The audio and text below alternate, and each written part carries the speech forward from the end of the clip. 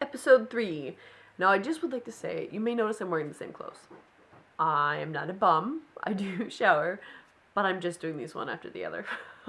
I don't want to make you guys watch an hour-long video, so I'm trying to do them in 10-minute increments. So if I'm looking off over this way, it's because I have my viewfinder open so I can see it, and it tells me where I'm at time-wise. So, sorry if I'm not looking directly at you. I'm not a weirdo, I promise. I'm a little weirdo, but I'm not that crazy.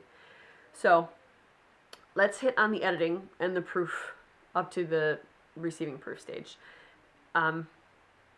If you haven't watched the previous episodes, the first one was just about why we went with Tate, why we chose them, why we chose our genre. Second one was just about the acquisitions phase. Just really about them getting our money and signing a contract, and that's all it was. I should also add that in that stage, we only talked with people from the Oklahoma office. That's it. We did not, if I would have put more effort into seeking where all their operations were, I would have known that they had moved operations overseas to the Philippines. I was unaware of that. It wasn't until, sorry, more coffee. It wasn't until my sister-in-law, because she's awesome and she does this stuff for me all the time. When she knows that I'm going with a company or going in a new venture, she'll search it out to find the holes and the cracks in it for me and for my mom. So it was really nice of her to do that. But the complaints that we were finding online about Tate, which we started to find out at the beginning of this editing stage, it seemed mostly that Tate didn't sell enough of my book. Tate didn't push my book more. Tate didn't do this, and it seemed a lot of sour grapes because we weren't hearing a lot of Tate didn't pay me money. Tate breached the contract. Tate lied to me about this. Tate stopped returning my phone call. We didn't hear that stuff. What we heard was we didn't feel that they were as good at marketing as they should have been. As the basic gist of the complaints that we were seeing, and we looked at a lot of them. So that for us wasn't a reason to not go with them. And besides, we'd already paid the $4,000. So we were kind of out of it now, and we couldn't prove they hadn't breached anything with us. So for the contract, we couldn't break, so we wouldn't be able to get our $4,000 back. So, it was at this point in time, beginning of editing, that we had our first experience with someone not in the Oklahoma office. I have nothing against someone in the Philippines working with us, but when it comes to writing, you need to be very well versed in the language that's being written, grammatically, and in terms of capitalization, punctuation, right word for right things. You had to be well versed on meanings of words and how things fit together, sentence structure, and the people we work with just weren't. It's that simple. And the editing team, I have her pulled up here, was Abigail. I so don't want to butcher her last name. Where is it? It is Abigail Bermejo. I'm trying to sound fluent, but I'm really not. So she was our production manager, and my child is yelling for me in the other room. I don't know if you can hear that, but it's nap time, so it's okay. I'm busy, honey. So on October 1st, she had said, "Welcome to production." Okay, that was our first thing with her. And we had started the editing phase. And I personally was really excited about that because I really wanted to be a part of this, and I really wanted to go and start with the editing and go through all that. That was fun for me. So this was, I have all of my handy dandy stuff over here.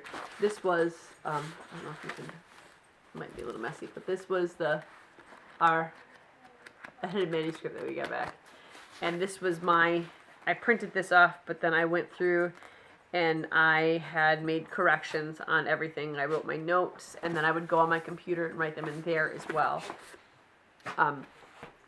So I wrote down specific numbers because I had previously recorded the series, but all the videos ended up being 20 minutes long, and it was just too long to put people through. So we got our pictures approved because that's the other thing we were blessed at, is I have a friend who is a professional photographer, and we paid for her services to come and take pictures of the food. I made all the food, and then she came to my house and she took pictures of all the food, like this, all this. This is actually my kitchen right here. That's my personal home kitchen, and these are all my personal home supplies, and these are all my dishes. So we had, and she actually created this cover. Our photographer was awesome. She created our cover, she took all the pictures, we paid for her services, Tate had nothing to do with it.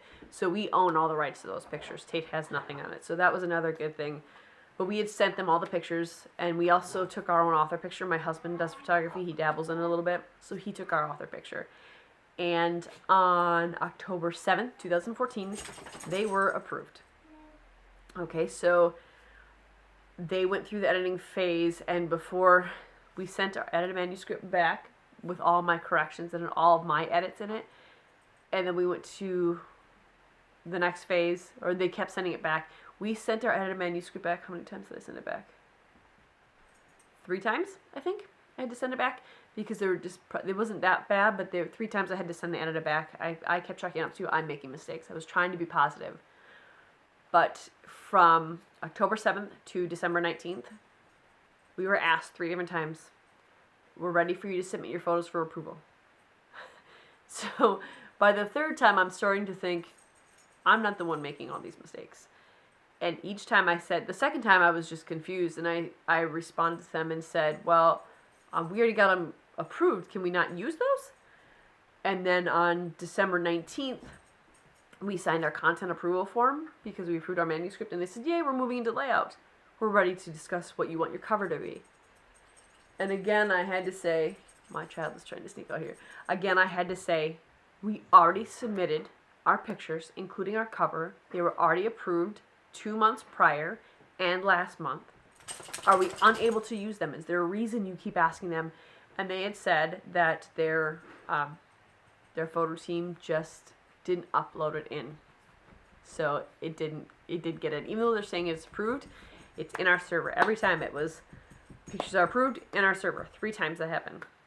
Okay, so we tried to get over it.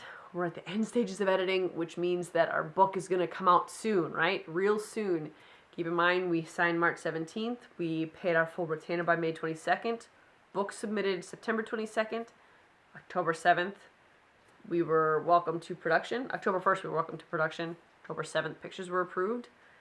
And then again in November 6th, pictures were approved again because that's when they started the cover process.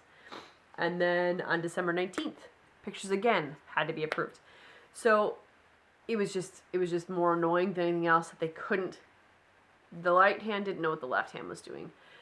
We would submit them to our productions manager who said, got it, thanks, in the system. And it was our production manager who would again ask, where are those pictures? Do you have anyone in there?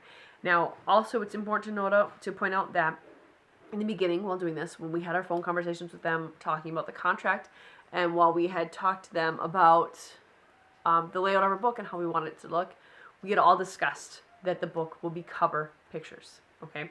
We had discussed that. It was very clear, and on section 1, under book production, point 3, it says, color insert sections may not exceed 16 pages. So that's what they said. Ours, we had 25 images, and if there were 2 on a page, that would be 1 single page, double-sided. That's 2, 4, 6, 8, 10. So it's 7 pages. So we had enough. And it actually ended up being, we submitted 25 pictures for approval, but we chose to only put 11 pages worth of pictures in there. And we can't exceed 16. So this contract right here as well. Now I found out recently that not everybody's contract is the same. I found that out from a lawyer that I had been talking to in Oklahoma. But when this contract had come out, when we signed, the people who were signed around the time we are got this contract. It was a blanket contract. They would switch it up for a year and for sections. But people who signed at this time that we did got this exact contract. And our productions manager did not know what was in it.